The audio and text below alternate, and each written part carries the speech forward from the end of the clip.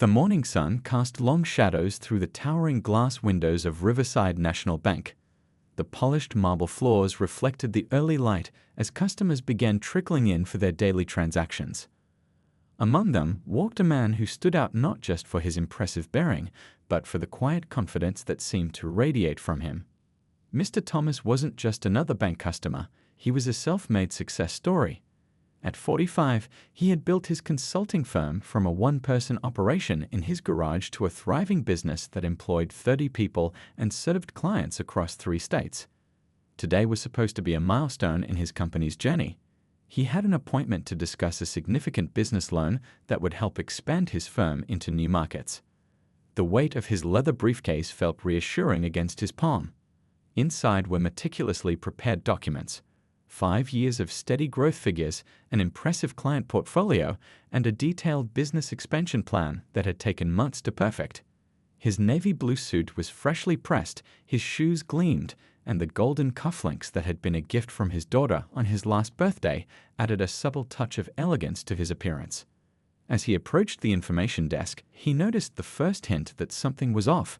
The receptionist's smile flickered for just a moment too long, her eyes darting to her colleague before responding to his greeting. "Good morning," he said warmly. "I have a 10 a.m. appointment with the branch manager regarding a business loan application." "Oh, yes," the receptionist responded, her fingers hovering uncertainly over her keyboard. "Could you please state your name again?" This was the 3rd time he'd been asked to identify himself since making the appointment weeks ago. "Of course," he replied, maintaining his professional demeanor. "Mr. Thomas, CEO of Summit Solutions Consulting."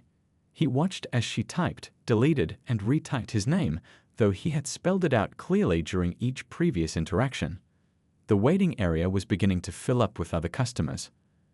A young couple discussing their first mortgage, an elderly gentleman depositing his pension check, a middle-aged woman in scrubs, probably stopping by before her hospital shift. Mr. Thomas took a seat, pulled out his phone, and began reviewing his presentation one last time. 20 minutes passed beyond his scheduled appointment time. He observed other customers who had arrived after him being called in for their appointments. The morning light had shifted, warming the back of his neck as he continued to wait patiently. His phone buzzed, a message from his office manager asking about the meeting's progress. "Still waiting," he typed back, adding a calm emoji though he felt anything but. Finally, a young assistant approached him. "Mr. Thomas," she said, as if uncertain despite him being the only person still waiting. "The branch manager will see you now." As he stood, smoothing his jacket, he couldn't help but notice how she maintained an unusual distance while leading him to the office. The branch manager's office was exactly what you'd expect: conservative furniture, carefully arranged family photos, and certificates displayed prominently on the walls. But something felt off about the atmosphere as he entered. The manager remained seated, phone pressed to her ear, holding up one finger in a wait gesture that stretched from seconds into minutes. Mr. Thomas used this time to observe. He noticed how the photos on her desk were carefully angled away from visitors, how the certificates, upon closer inspection, dated back nearly 15 years with no recent achievements, how the business cards in the holder on her desk were arranged with almost obsessive precision. When she finally set down her phone, she didn't stand to greet him or offer to shake his hand. "So," she began, shuffling papers on her desk without making eye contact, "you're here about a loan." Not a question. A statement, stripped of all the professional courtesy he'd seen her extend to the customers before him. He straightened in his chair, maintaining his composure. "Yes, I'm here to discuss a business expansion loan for Summit Solutions Consulting. We're looking to open new offices in. Do you have an existing account with us?" She interrupted, though this information had been covered extensively during the preliminary phone calls. "Yes, both business and personal accounts for the past 12 years, he replied evenly. "In fact, I believe Mrs. Chen from your business banking department handles our daily transactions." The manager's eyes narrowed slightly at this information. She began a rapid-fire series of questions, each one more probing than the last. Where had he gotten his initial business funding? Could he provide character references from established business owners? Had he considered starting with a more modest loan amount? The implications weren't subtle. Every question carried an undercurrent of doubt, each suggestion tinted with condescension. But Mr. Thomas had faced such situations before. He built his success by maintaining his dignity while exceeding expectations. He opened his briefcase, removing the comprehensive proposal he prepared. "I think you'll find all the information you're asking for in here," he said, sliding the document across her desk. "Our company has shown consistent growth of 20% year over year. We've never missed a payment on any of our obligations, and our client retention rate is 94%. The manager picked up the proposal with her fingertips, as if handling something distasteful. She flipped through the pages rapidly, clearly not reading them. "This all looks very interesting," she said, her tone suggesting exactly the opposite. "But I'm concerned about your ability to handle a loan of this size. Perhaps you'd be more comfortable starting with a smaller amount? Or trying a more community-focused bank?" The suggestion hung in the air, its meaning clear. Mr. Thomas felt a familiar tightness in his chest, the same feeling he'd experienced many times throughout his career. But years of experience had taught him how to respond to such situations. He reached into his briefcase again, this time retrieving his company's latest financial statements. "Our current annual revenue is $2.8 million, he stated calmly. "We have contracts with 3 Fortune 500 companies, and our growth projections are conservative based on already signed contracts for the coming year." "I'm happy to walk you through the numbers." The manager's expression shifted almost imperceptibly. She glanced at her computer screen, then back at him. "Well," she said, her voice taking on an edge, "these things take time to process. We'll need to verify everything thoroughly, of course, very thoroughly." The emphasis on the word made her meaning clear. This wouldn't be a normal verification process. This would be an exercise in finding reasons to say no, in creating obstacles where none should exist. Mr. Thomas felt the weight of the moment. In his mind, he saw the faces of his employees who were counting on this expansion. He thought of the young interns he'd hired from local colleges, eager to learn and grow. He remembered his own journey, the doors that had been closed in his face, and the determination that had carried him forward. He stood slowly, gathering his documents with deliberate care.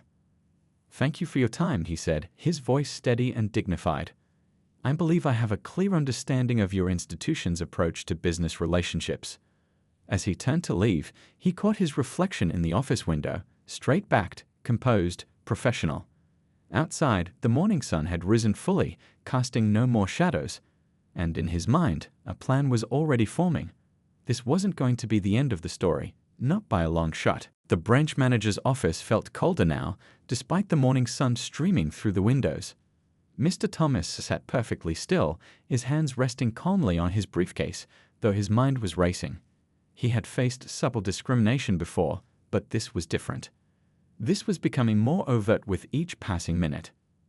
"I'll need to see additional proof of income," the manager said, barely glancing at the comprehensive financial documents already spread across her desk. "These numbers seem unusual for your type of business." Mr. Thomas took a slow, measured breath. "Everything you need is in the report," he replied evenly. "Our company's financials have been verified by Anderson & Mills, one of the top accounting firms in the state. Their certification is on page 3. She shuffled through the papers with obvious disinterest, her reading glasses perched on the tip of her nose. "Yes, well, anyone can hire an accountant.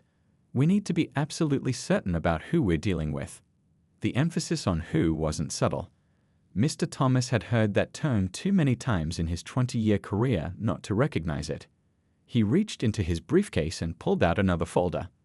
"I've also brought reference letters from our current clients," he said, maintaining his professional composure, "including the CEO of Tech Solutions International and the founder of Midwest Manufacturing Group. Both companies are long-term clients who can vouch for our track record." The manager picked up one of the letters between her thumb and forefinger as if it might bite. "Interesting," she murmured, though she hadn't read a word. "But you understand, we have very strict lending criteria. Very strict. We can't just hand out money to, well, you know." Mr. Thomas felt his jaw tighten slightly, but his voice remained steady. "I'm not asking you to hand out anything.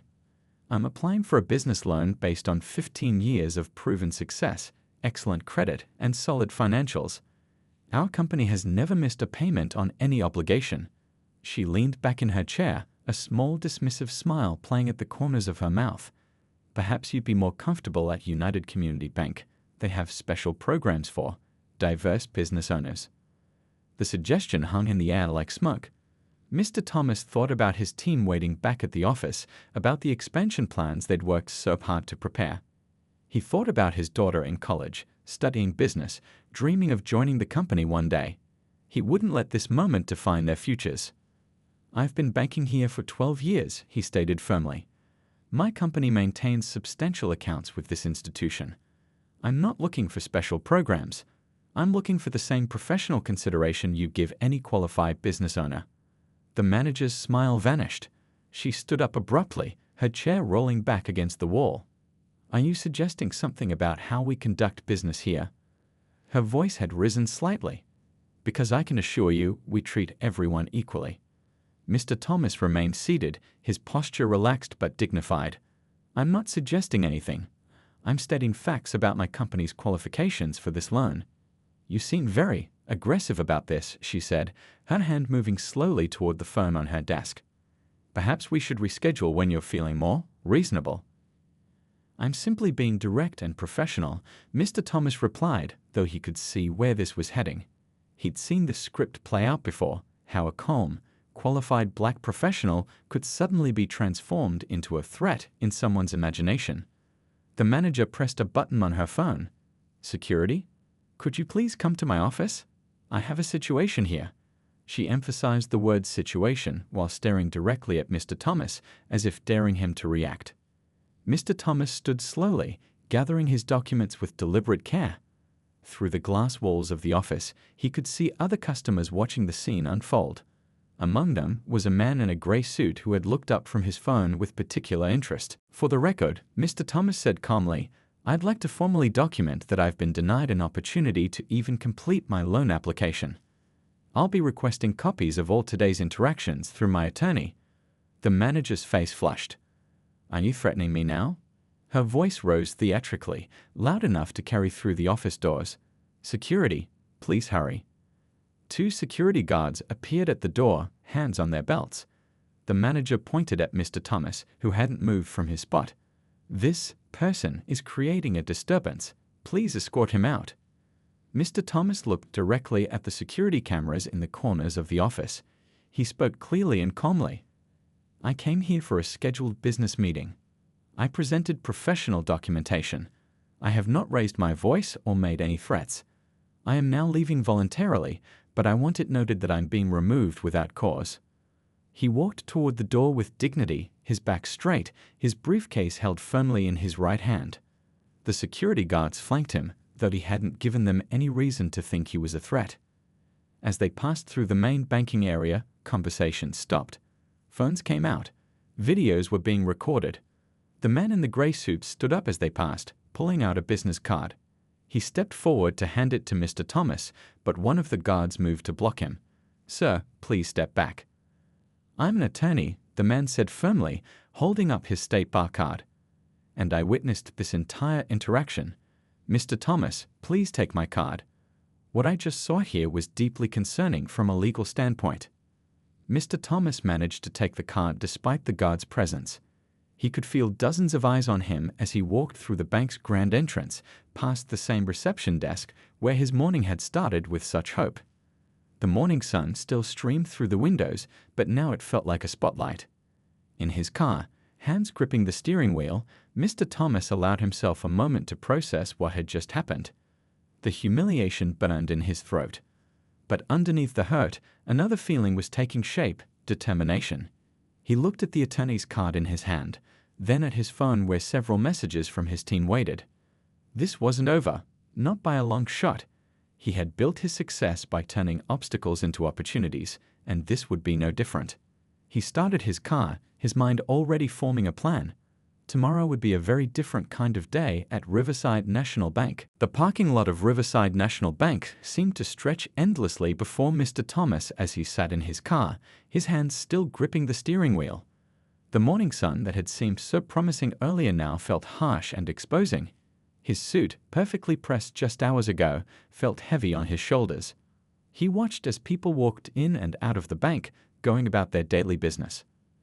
a young mother holding her child's hand, an elderly man with a cane, a group of office workers on their lunch break, all of them moving freely through those glass doors while he sat here, processing what had just happened. The business card from the attorney who had witnessed everything sat on his dashboard. Mr. Lee, it read, from Crawford and Associates law firm. A small act of solidarity that meant more than its giver probably realized. His phone buzzed again. Another message from his office. How did the meeting go? Teams excited about next steps. The words blurred slightly as he read them. How could he tell them that their expansion plans, their dreams of growth, had just been derailed by something that had nothing to do with their qualifications? The memory of those final moments in the bank played on repeat in his mind. The manager's theatrical fear, the security guard's instant assumption of his guilt, the stares from other customers, each detail stung like a fresh cut. He loosened his tie slightly, feeling the weight of 2 decades of similar moments pressing down on him. The time a client had assumed he was the janitor instead of the CEO. The networking events where people would talk past him to his white employees. The constant need to be twice as prepared, twice as professional, twice as calm. But this time felt different. This time there had been witnesses. This time he had documentation. This time he had an ally who had seen everything. His phone buzzed again, this time with a text from his daughter. Dad, just checking in about the loan meeting. Can't wait to hear how it went. P.S. I got an A on my business strategy paper. The message hit him like a wave of cold water, washing away the fog of humiliation and replacing it with clarity. This wasn't just about him anymore. This was about his daughter's future, about every young person who dreamed of building something meaningful. This was about making sure they wouldn't have to face the same closed doors and thinly veiled prejudices. He picked up the attorney's card, studying it more carefully now. The firm name sparked a memory. They had handled that discrimination case against City Metro Bank last year. The case that had led to major policy changes and a complete overhaul of their lending practices. Mr. Thomas reached for his briefcase, pulling out the loan application documents. Every page was perfect, every number verified, every projection conservative and achievable. He had done everything right, and still. Through his car window, he noticed the man in the gray suit, Mr. Lee, walking to his own car. Their eyes met briefly, and the attorney gave him a meaningful nod. In that moment, Mr. Thomas realized he wasn't alone in this fight. He started making notes on his phone. Times, dates, exact quotes. He remembered the security cameras in the manager's office, the witnesses in the lobby, the cell phones that had recorded his exit. Evidence. Documentation. The tools of change. The humiliation was still there, burning in his chest, but now it was fuel for something else. He thought about his team back at the office, about their families who depended on these jobs. He thought about other business owners who might have faced the same treatment but couldn't fight back. He thought about his daughter, studying business and dreaming big dreams. Opening his laptop, he began to type an email to Mr. Lee. His fingers moved steadily over the keys as he detailed everything that had happened. Every dismissive comment, every groundless assumption, every violation of standard banking procedures. The words flowed easily now, professional and precise. A group of bank employees walked past his car, heading to lunch. He recognized one of them. A young teller who had looked uncomfortable during his escort out. She glanced his way, then quickly looked down. Another potential witness, he realized. Another piece of the puzzle. His phone rang, his office manager calling again. This time he answered. "I'll be back in the office in 30 minutes, he said, his voice steady and determined. "Call the team together. We need to adjust our strategy." He started his car, catching his reflection in the rearview mirror. The same face that had walked into the bank with such hope now held something different. Purpose. The humiliation of this morning would become the catalyst for change. As he pulled out of the parking lot, he noticed a maintenance worker taking down the bank's sign for cleaning. Riverside National Bank, serving our community since 1963. Tomorrow, he thought, they would learn what serving the community really meant. He took the long way back to his office, using the drive time to organize his thoughts. By the time he pulled into his reserved parking space, the outline of a plan was forming in his mind.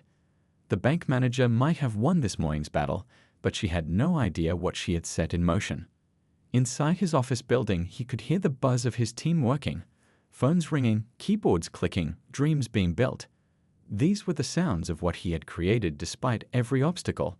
And now he would use everything he had learned along the way to fight not just for his own business, but for something bigger. He straightened his tie, picked up his briefcase, and walked toward his office. Tomorrow would be a very different day at Riverside National Bank. But first, he had some calls to make. Back at his office, Mr. Thomas sat at his desk, his jacket now hanging on the back of his chair. The familiar surroundings helped ground him. The wall of awards his company had earned, the photos of successful project completions, the whiteboard still covered with expansion plans from yesterday's team meeting. His office manager knocked gently on the door. "The team's gathered in the conference room," she said, "and Mr. Lee, the attorney, is on line 1. He picked up the phone, pressing the blinking button. "Mr. Lee, thank you for reaching out earlier," he said, his voice steady and professional. "What happened today at the bank was unacceptable," the attorney replied. "And unfortunately, you're not the first person I've seen treated this way at Riverside National. I've been building a case." Mr. Thomas leaned forward in his chair. "Tell me more." Over the next 20 minutes, the picture became clearer. The bank had a pattern, carefully hidden but real. Small business loans denied without proper review. Extra requirements added for certain applicants. Perfectly qualified candidates turned away for vague reasons. The problem, Mr. Lee explained, is that most people don't have the resources to fight back. They walk away humiliated, their dreams crushed, and the bank continues its practices. Mr. Thomas thought about the young teller's uncomfortable expression, the whispers he'd heard in the lobby. What if they had witnesses, he asked. What if someone had documentation? He could hear papers shuffling on the other end of the line. That would change everything. But it would take someone willing to stand up, someone with the resources and courage to face them head-on. After ending the call, Mr. Thomas walked to the conference room. His team sat waiting. The people who had helped build this company from nothing, who had trusted in his vision. They deserved to know the truth. He told them everything. The dismissive treatment, the baseless suspicion, the humiliating exit. The room grew quiet as he spoke, faces showing anger, disbelief, and then determination. "So what's our next move?" his senior project manager asked.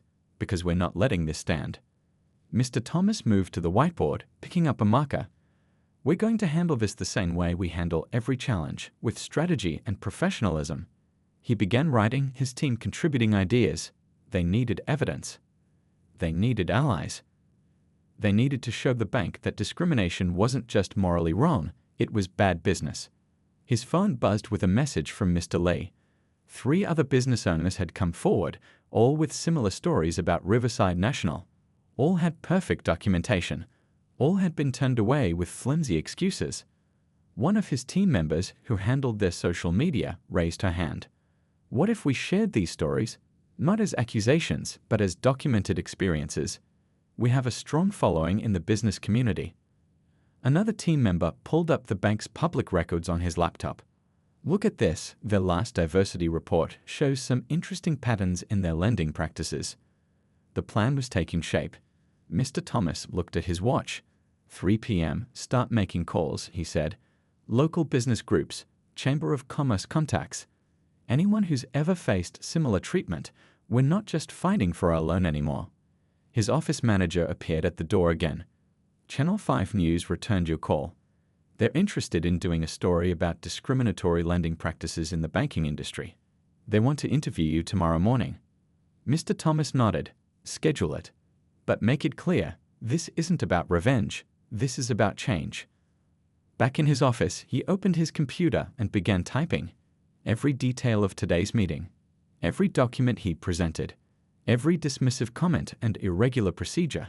He attached the bank's public records, highlighting the patterns Mr. Lee had mentioned. His phone rang again. Another business owner who'd faced similar treatment at Riverside National. Then another. And another. Each call added another piece to the puzzle, another voice to the chorus demanding change. By evening, his desk was covered with notes, his inbox full of supporting messages. The local business association had called an emergency meeting. 3 other attorneys had reached out, offering their services. The story was growing bigger than one loan denial, one bank, one businessman. He looked out his office window at the city skyline, remembering how he'd built his company one client at a time, one project at a time. Each obstacle had made him stronger, smarter, more determined. But this time was different. This time, he wasn't fighting alone. His daughter called just as he was reviewing the final draft of his statement for tomorrow's news interview. "Dad, is everything okay? You didn't call after the bank meeting." He smiled, hearing the concern in her voice. "Everything's going to be more than okay. Sometimes life gives you a chance to make real change. Tomorrow, I'm going to show you what that looks like." After hanging up, he made one final call to his own bank account manager at another branch. Within minutes, he had the names of 2 other reputable banks interested in his business loan. But that wasn't enough anymore. This had become about something bigger than one loan. Tomorrow, he would return to Riverside National Bank. But this time, he wouldn't be asking for anything. This time, he would be demanding accountability, transparency, and change. Not just for himself, but for every person who had walked through those doors with dreams, only to be judged by everything except their qualifications. He shut down his computer and gathered his things. Tomorrow would be a long day, but an important one. As he walked to his car, he noticed the lights still on in many of his team members' offices, all staying late, all working toward the same goal. The city had grown quiet, but his mind was alive with plans. Sometimes the best revenge wasn't about getting even, it was about making sure nobody else had to face the same battle. Tomorrow would prove that. The next morning dawned bright and clear. Mr. Thomas adjusted his tie in his car's rearview mirror, parked across from Riverside National Bank. Today's suit was the same one he'd worn yesterday, but he carried himself differently now. Yesterday, he'd come asking for consideration. Today, he was demanding accountability. The local news van had already arrived, setting up their equipment near the bank's entrance. The reporter, a seasoned journalist known for her investigative work, was reviewing her notes. She looked up as Mr. Thomas approached. "We've been looking into the bank's lending patterns," she said quietly. "What you experienced isn't an isolated incident." "I know," he replied. "That's exactly why we're here." More cars were pulling into the parking lot now. Business owners from across the city, people who had faced similar treatment but hadn't had the resources to fight back. Each carried documentation of their experiences. Each had a story to tell. Mr. Lee, the attorney, arrived with 3 of his colleagues. They carried briefcases full of evidence, loan denial patterns, discriminatory practices, everything they'd gathered over months of investigation. What had happened yesterday had finally given them the case they needed. "Remember," Mr. Thomas addressed the gathered group, "we're not here for revenge. We're here for change." The bank's employees were arriving for work now, casting curious glances at the growing crowd. The young teller from yesterday slowed as she walked past, her eyes meeting Mr. Thomas's for a moment. She nodded slightly before hurrying inside. At exactly 9 a.m., they walked through the bank's doors. Not angry, not shouting, but with purpose. The security guards from yesterday stepped forward, then stopped, unsure how to handle this calm, professional group. The bank manager emerged from her office, her face falling as she saw the crowd, the news cameras, the attorneys. "What is the meaning of this?" she demanded, but her voice wavered slightly. Mr. Thomas stepped forward, his voice clear and steady. "We're here to discuss Riverside National's lending practices. Not just my experience yesterday, but the experiences of dozens of qualified business owners who have been denied fair consideration." The reporter stepped up with her microphone. "We've uncovered concerning patterns in the bank's loan approval rates. Would you care to comment?" The manager's eyes darted around, looking for support, but finding none. The lobby had grown quiet, customers stopping to watch the scene unfold. Some had their phones out, recording. "This is harassment," she tried to assert. "I'll call the police." "Please do," Mr. Lee replied calmly. "We'd be happy to discuss these documented cases of discrimination with them as well." One by one, business owners stepped forward to share their stories. A restaurant owner who'd been denied a loan despite having 3 successful locations. A tech startup founder with perfect credit and strong financials. A construction company owner with 20 years of proven success. The bank's regional director arrived, having been alerted to the situation. His face grew increasingly grave as he reviewed the documentation Mr. Lee presented.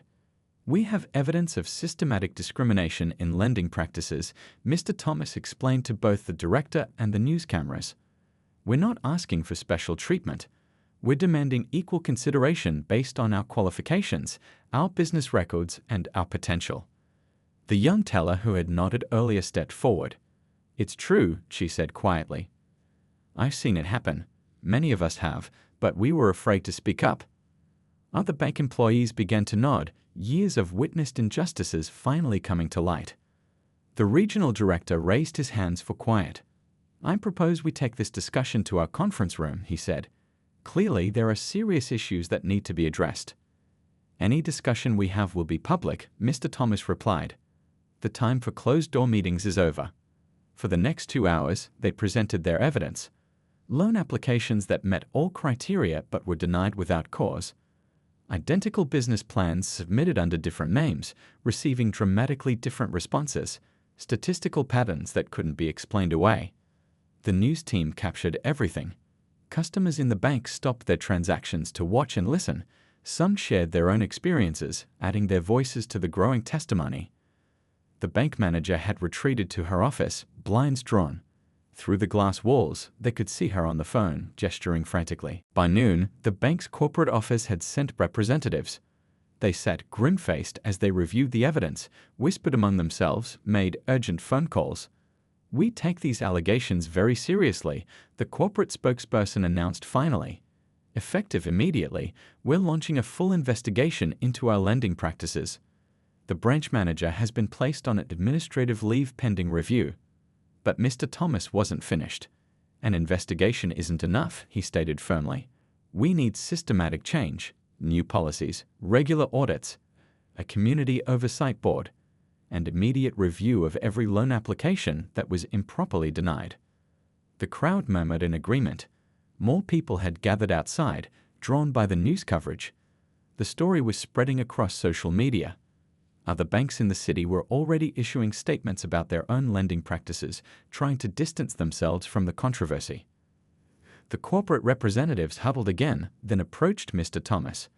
"We'd like to discuss implementing these changes, not behind closed doors, but with community input and public accountability." Mr. Thomas looked around at the faces of those who had joined him, fellow business owners, brave employees who had spoken up, attorneys ready to ensure promises were kept, reporters committed to following the story. "That," he said, "is exactly what we came here for." As the crowd began to disperse, people stopping to shake his hand or share their own stories, Mr. Thomas felt a profound sense of purpose. Yesterday's humiliation had become today's catalyst for change. His phone buzzed, a message from his daughter. "Just saw you on the news. You're trending on social media. This is what real leadership looks like." He smiled, looking around the bank lobby one last time. The same space that had been the scene of his humiliation was now the starting point for real transformation. Sometimes, he realized, the best response to injustice wasn't to fight fire with fire, but to light the way forward for others. The story spread like wildfire across social media. By the afternoon, clips of the bank confrontation had gone viral, with millions of views and shares. Mr. Thomas's phone hadn't stopped buzzing with notifications since he'd left the bank. Back in his office, he watched as news channels replayed the morning's events. There he was, standing tall in the bank lobby, speaking truth to power. The comment sections were filled with similar stories, people sharing their own experiences with banking discrimination, not just at Riverside National, but across the country. "Your interview's been picked up by national news," his office manager said, poking her head in. "They want to do a follow-up story about systemic change in banking." He nodded, still processing the morning's events. On his computer screen, emails poured in from business owners across the state. Some shared their own stories of discrimination. Others offered support, resources, and partnership opportunities. The business community was rallying together in a way he'd never seen before. His phone rang, the regional director of another major bank. "Mr. Thomas," the director began, "I've been following today's events. Our bank would be honored to work with you. But more than that, we'd like your input on reviewing our own lending practices. We want to be part of the solution." Before he could respond, another call came through, the State Banking Commission. They were launching an investigation into discriminatory lending practices across all banks in the state. Would he be willing to testify at their hearing next month? A text message popped up from Mr. Lee, the attorney. "You've started something big. 3 more banks have reached out to discuss policy changes. They're scared of being the next Riverside National." The young teller who had spoken up at the bank had given an anonymous interview to the local news. Other bank employees were coming forward too, sharing what they'd witnessed over the years. The wall of silence was crumbling. Mr. Thomas walked to his conference room, where his team was monitoring social media and coordinating responses to the flood of messages. The expansion plans they'd been working on yesterday seemed like a lifetime ago. "Look at this," one team member said, pointing to her screen. Major business organizations were issuing statements about banking equality. Companies were publicly sharing their own lending data. The conversation was growing beyond one incident at one bank. The corporate office of Riverside National had released another statement. They were forming a community advisory board to oversee lending practices. They wanted Mr. Thomas to chair it. "It's not just about loans anymore," he told his team. "It's about changing the whole system." His phone buzzed with another message. A group of young entrepreneurs wanted his advice on starting a business. Not just about getting loans, but about handling discrimination, about staying professional in the face of prejudice, about turning obstacles into opportunities. The local business journal wanted to profile his company's journey, not focusing on today's events, but on how he built his success despite the barriers he'd faced. "People need to hear the whole story," the editor said. A community organization called, asking if he would speak at their youth business workshop. "These kids need to see someone who stood up and made change happen," the organizer explained. By late afternoon, his office had become an impromptu headquarters for what was quickly becoming a movement. Business owners dropped by to share their stories and offer support. Lawyers brought documents showing patterns of discrimination at other banks. Community leaders came to discuss how to turn this moment into lasting change. His daughter sent another text. "Dad, my business professor used your story in class today. She said it's a perfect example of how one person can change an entire system." Looking around his office at the awards and achievements that had meant so much yesterday, Mr. Thomas realized something had shifted. Success wasn't just about proving yourself anymore. It was about opening doors for others. He opened his laptop and began typing. Not a business plan this time, but a blueprint for change. Points about transparency in lending. Ideas for community oversight. Ways to measure progress and ensure accountability. The sun was setting when Mr. Lee stopped by with an update. Other banks in the city were already announcing policy reviews. Some were hiring diversity officers. Others were publishing their lending data voluntarily. "Fear of bad publicity?" Mr. Thomas asked. "Maybe at first," the attorney replied. "But I think they're realizing that discrimination isn't just morally wrong, it's bad business. They're losing out on talented entrepreneurs, innovative ideas, growing companies." As he packed up to leave for the day, Mr. Thomas paused at his office window. The city skyline looked different somehow. Each building represented someone's dream, someone's hard work. How many of those dreams had been denied because of prejudice? How many would now have a fair chance? His phone buzzed one last time, a message from the corporate office of Riverside National. They wanted to schedule the first meeting of the Community Advisory Board, and they wanted to start by reviewing every loan application they denied in the past year. Walking to his car, Mr. Thomas smiled. Yesterday, he'd walked into that bank hoping for a loan. Today, he'd walked out having started a revolution in banking fairness. Sometimes the biggest changes start with one person simply refusing to accept injustice. He had a feeling tomorrow would bring even more changes, and this time he was ready for them. 3 months had passed since that fateful day at Riverside National Bank. The morning sun streamed through the windows of the bank's main conference room, where Mr. Thomas sat at the head of a long table. Around him were community leaders, bank executives, and small business owners, the newly formed Community Advisory Board. In the past quarter, the bank's new diversity officer was saying, "We've reviewed and approved 47 previously denied loan applications. These are all businesses that were fully qualified but had been turned away." Mr. Thomas looked around the table, remembering how different this room had felt just months ago. The former branch manager's office stood empty down the hall. She'd been let go after a thorough investigation revealed a pattern of discriminatory practices. "Our new transparency report is ready to publish," another executive added. "We're the first bank in the state to make all our lending data public, broken down by demographics." The changes hadn't stopped at Riverside National. 4 other major banks in the city had followed suit, implementing similar oversight boards and transparency measures. The State Banking Commission had used their investigation findings to create new anti-discrimination guidelines that were becoming a national model. After the meeting, Mr. Thomas walked through the bank lobby. The atmosphere was noticeably different. The young teller who had spoken up that day was now the customer service manager, helping a small business owner with loan paperwork. She smiled and waved as he passed. His phone buzzed with a message from his daughter. "Just finished my internship at the Small Business Development Center. You should see how many new entrepreneurs are coming in for help. They all mention your story." Back at his office, Mr. Thomas reviewed the latest numbers for his own company. The expansion he originally planned had happened anyway, funded by one of the other banks that had reached out after the incident. But more importantly, his company had grown in ways he hadn't expected. They'd started a mentorship program for young entrepreneurs, helping them navigate the business world and banking system. Every Wednesday evening, his conference room filled with dreamers and doers, learning how to turn their ideas into reality. "The Business Journal wants to do a follow-up story," his office manager said, bringing in his afternoon coffee. "They said you've inspired a nationwide conversation about banking reform." The evidence was right there on his desk.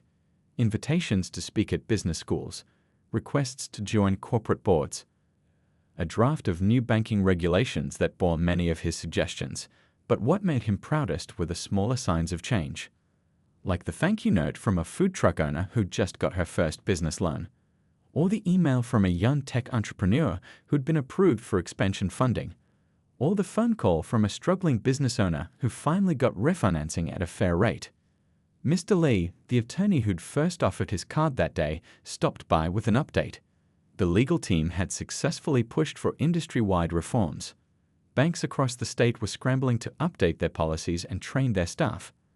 "Remember when you just wanted a business loan?" Mr. Lee smiled.